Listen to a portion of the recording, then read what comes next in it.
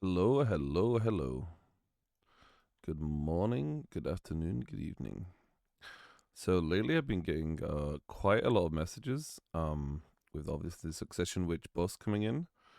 And because of that, I thought I would put together just a little quick, simple video, which pretty much just summarizes the basics of the class and then, let you wander along and, experience it for yourselves. So, one of the very common things that I get asked is Succession Witch really hard to play? So Succession Witch is not that hard to play, I would say. I'd say the base premise of the class is pretty simple. It's just the problem that a lot of people have is that it's got quite a little bit high APM, and a lot of it comes down to timings and getting used to the inputs of the class. So what do I mean by this? So it all comes down to this passive. So the passive Prime Elemental Flow. So there's a lot of text on this, but I can pretty much just summarize it for you.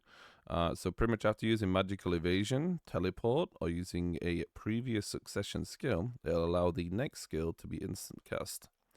Now, what do I mean by that? I mean, so I'll show you right now. You use Magical Evasion first, and my Voltaic is instant cast. So we can do the same as well with teleports. When we teleport and Voltaic, it'll be an instant cast.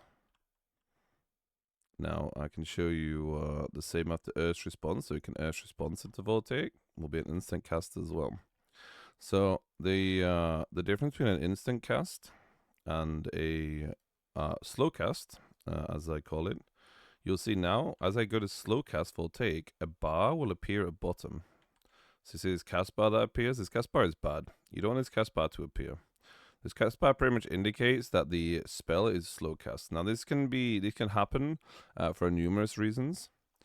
So this can happen because you've mistimed the skill, as in we do Earth Response, we wait out the timer, and then we do Voltaic. You'll see the cast bar appears. The other reason this can happen is if you just slow cast it on its own like this, without any follow-up, no Magical Evasion, no teleport, no previous Succession skill. And the final reason it can happen is if you are using off hotbar. So you see I put Voltaic on my number 4 here, I'll press number 4, and it will slow cast as well. So you don't want to do any of these. These are very bad habits to get into on a Succession Witch. There's also another way it can slow cast. So I'll use my lightning skills right now, and I will hold down right mouse button. And you will see that Voltaic does slow cast by holding down the right mouse button. Now, what the right mouse button does, because of the passive that we have, it cycles through the same element of magic. So we can do the same with fire magic. I will fireball, hold down right mouse button, and I'll do the fireball explosion. So I'll do the earth magic too. So we can Earth Response.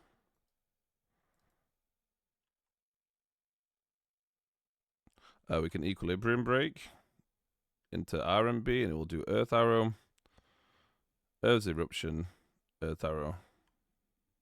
So some skills aren't affected by the RMB holding down because of a change previously. But you don't want to be into a habit of doing this, right? So we can do freeze, we hold down freeze, and you see it will slow cast Frigid Fog. So you don't want to get into the habit of holding down RMB for your skills. And this is the part of the class which becomes a little bit more difficult. So the downsides to Succession Witch, again, as I mentioned previously, are the 1s and 2s that people need to get used to in terms of the inputs of each skill.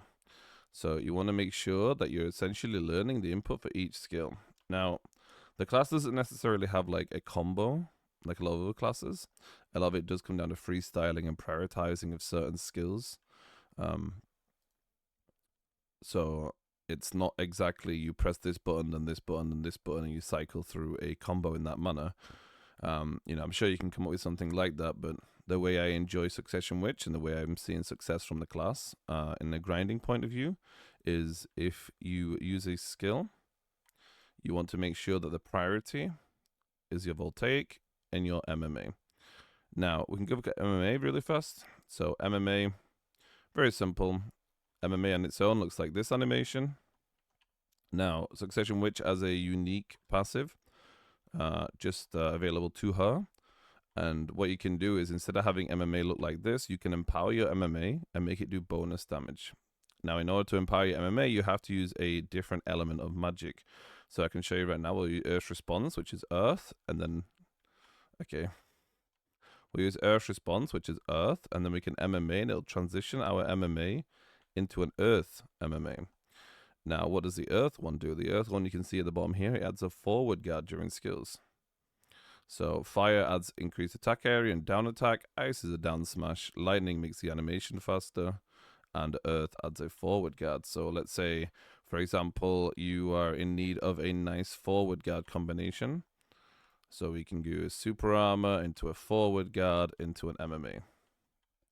Now, why do you want to use MMA? MMA is very, very strong to use because once you amplify it, once you change the element of MMA, it does increase the damage significantly of this skill. Now, MMA being a very short cooldown, very strong skill, it means that when we are cycling through our skills, you want to be using MMA as much as possible. So we can see here, I will just use Earth Response, and I will do a basic combo. So I'll be using Earth Response into Earth Arrow for the DP shred. We can do Voltaic and then MMA. Something simple like this, right? So you can see we can cycle through different skills, and everything transitions and moves smoothly along. So it's kind of like linking chains. That's the kind of the way Succession Witch is. You want to keep always pressing your inputs. You want to be constantly, chaining your skills over and over to ensure that that passive elemental flow is constantly flowing. So what I mean by this is this, for example. You see, as long as I keep chaining my skills will all be fast cast. See, we do not have a single slow cast skill here. And this is all because we are chaining skills over and over and over. So this all comes down to knowledge of each individual input of each skill. And then at one point, you will just be prioritizing your MMA, your Voltaic. The reason you prioritize Voltaic is because Voltaic gives you a cast speed increase. So obviously very, very nice. It alleviates the need to use speed spell now. So before, when you were grinding, you would have to use speed spell. You can still use it in areas where you require movement speed. But for a lot of the current grind spots, are tower-based locations, so you don't necessarily need the the movement speed anymore. So Voltaic does just grant that 20% cast speed now. So you don't need to worry about using speed spell when you're grinding anymore. So that pretty much summarizes the passives. That pretty much summarizes the way that the get class plays. Now, how to execute this, essentially. So again, you do want to make sure that you are applying one of your minus DP shreds initially. So this can be applied through Equilibrium Break, or my preferred method of applying it is Earth Arrow. So you want to make sure that you have the minus magic DP shred on the target. You want to make sure that you're using MMA always with the empowered version. Try not to get into a habit of using the non-empowered version. This can happen if you, let's say, for example, I Earth Response and then I cancel and move. You see? Because of how Succession Witch works, because it's essentially a linking of chain, like a chain that's connecting all your skills. If you break that chain at any point, it will slow cast. Yep, we saw the slow cast, this slow cast here, like this. And it will also make your MMA non-empowered. This means you lose a lot of damage from the non-empowered MMA as well as the slow cast on Voltaic. So just something to bear in mind. There's quite a few skills that can be slow cast. We can see that Blizzard has a slow cast. We have Lightning Orb. So you see them. The Voltaic Discharge Diffuse, our newest skill, has a slow cast. We also have Blizzard slow cast. We have Voltaic slow cast. We have Frigid slow cast.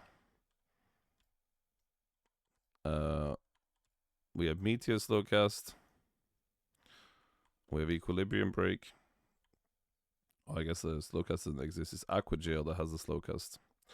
So Aqua Jail is a slow cast as well. Bolide is a slow cast. Earthquake Destruction has a slow cast. And you see how the animation is very, very different when you slow cast. it slows down the animation by quite a lot. Now, if you're in a situation where you're grinding, you don't want to take this extra time, right? You don't want this extra time of slow cast versus quick cast. You know, I can do a side-by-side comparison so you can see the difference between a slow cast and a quick cast. And you can see the difference of how fast the animation is. Like, it's a significant DPS increase, especially considering the APM requirement of Suckwitch. So some of the animations are almost double the animation speed if you slow cast. So you don't want to get into a habit of slow casting. It's a very common thing when people see that you can hold R&B down on the skills. So you don't want to be doing that. It's a pretty rough thing to do. But yeah, that's pretty much the session. Which I can go over the other things like add-ons, skill priorities, what skills to choose. I can go over the basics right now. So I choose obviously Prime MMA, Prime Earth Arrow. So I choose Spread. Spread is more damage. Super Armor.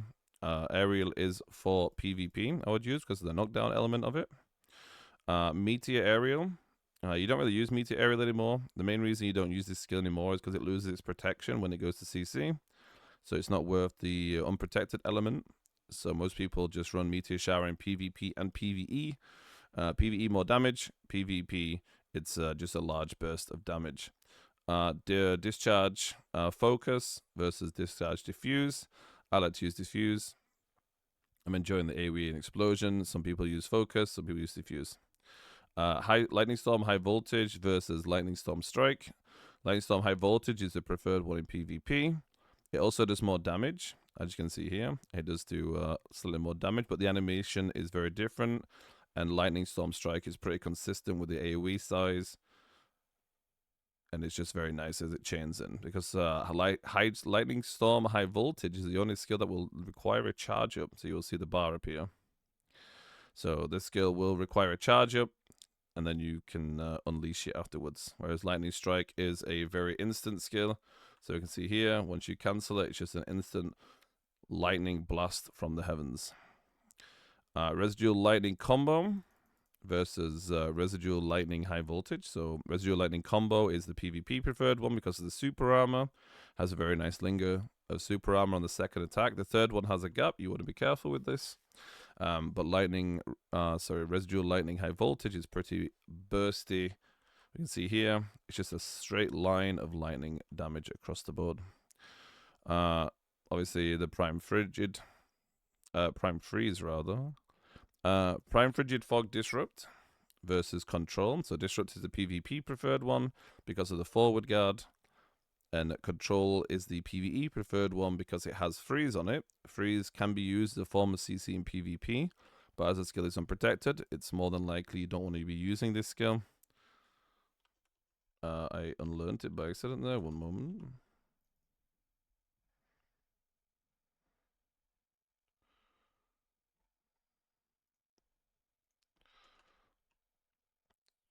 So yeah, you want to take Frigid Fog Control in PvE and Disrupt in PvP. Now, same with Blizzard Domain. So Storm Blizzard is a channeling skill.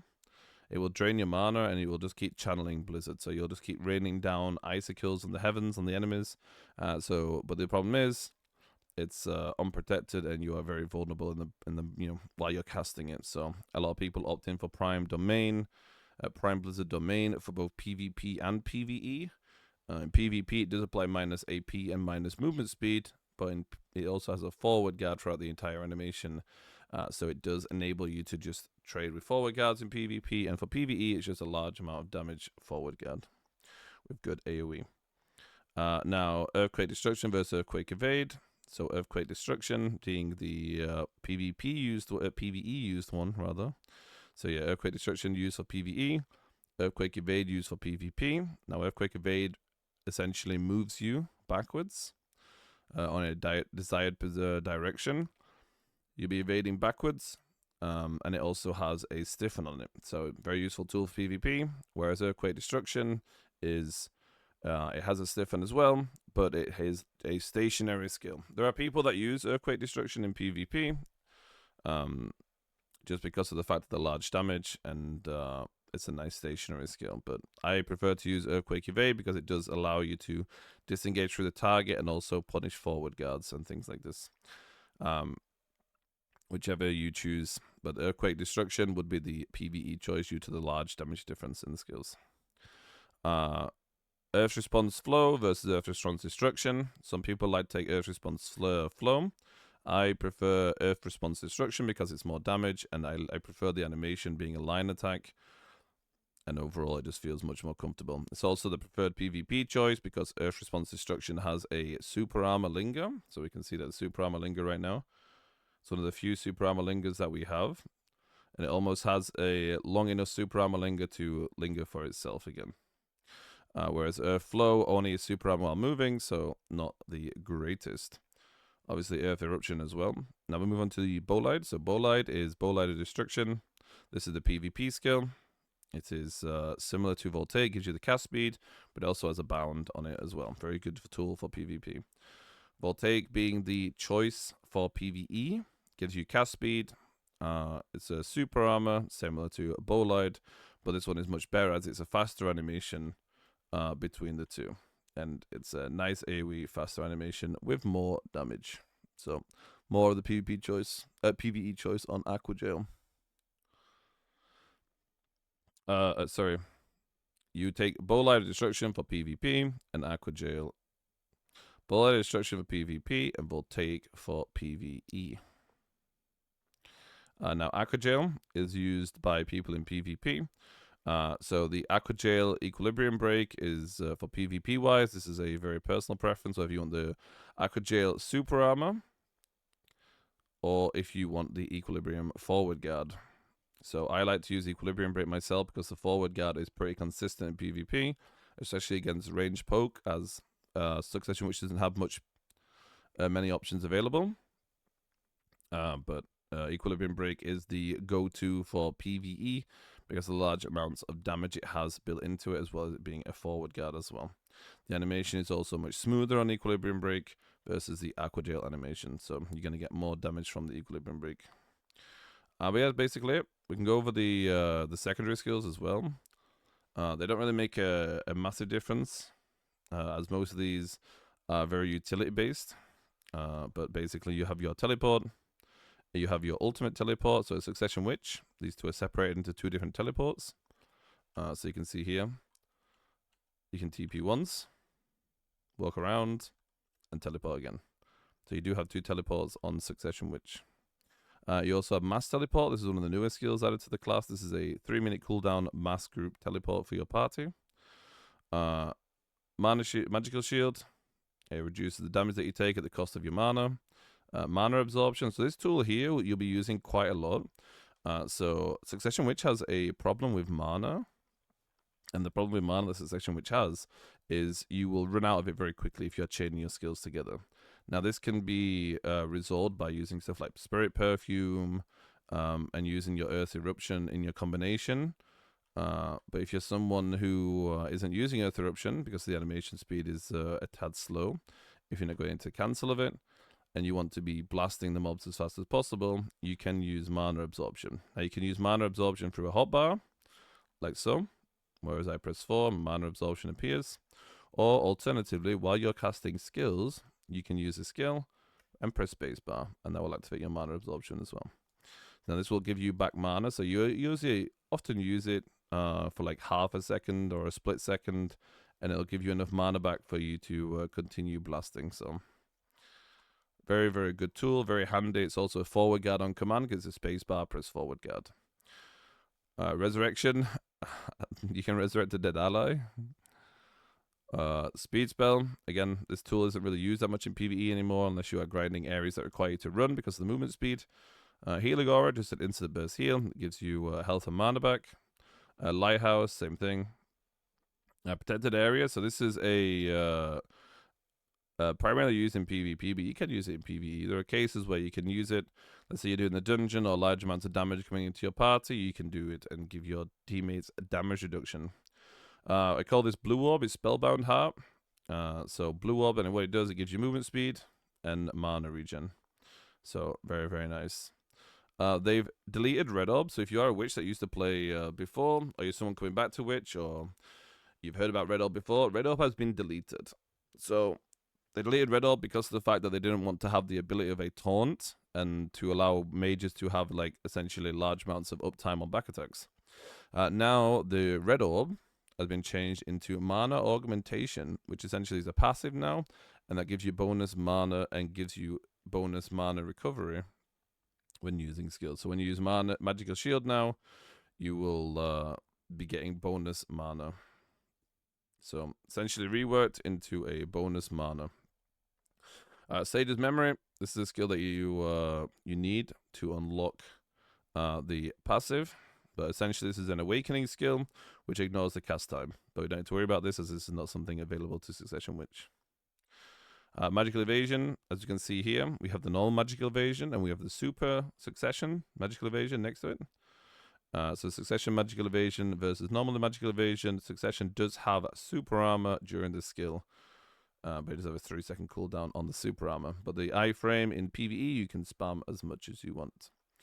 Passive for mages is AP and cast speed. We also do have a 20 AP bonus. So if you are tagging mage, Succession mage, or just Awakening mage in general, you might be like, well, my AP is much higher. And this is usually the reason why, because of magic power boost. Succession also has access to a few additional skills which give bonus AP as well. But that's pretty much it. That's pretty much the rundown of the class and a PvE. You just want to essentially make sure that you are just chaining your skills together and making sure that everything links nicely. And it'll feel really comfortable. It'll take a little bit to get used to. If you need any help or want any information, you can join my Discord, discord.gg/notnamico, or you can check out my Twitch. You can check out my Twitch, twitch.tv/notnamico as well. But yeah, I wish you luck on learning the class. My best piece of advice, again, is always learn the inputs for the skills, and then just freestyle as much as you want to. You'll get a hang of it very quickly. But yeah, if not, if you're not a fan of Succession Witch, there is always Awakening Witch. It did receive Nurse recently, but it is still a very strong contender. A very, very good performing class. So yeah, enjoy the rest of your day, and I wish you good luck learning the class. And see more Succession Witches. Surely. Smile. Alright, take care, guys. Bye-bye.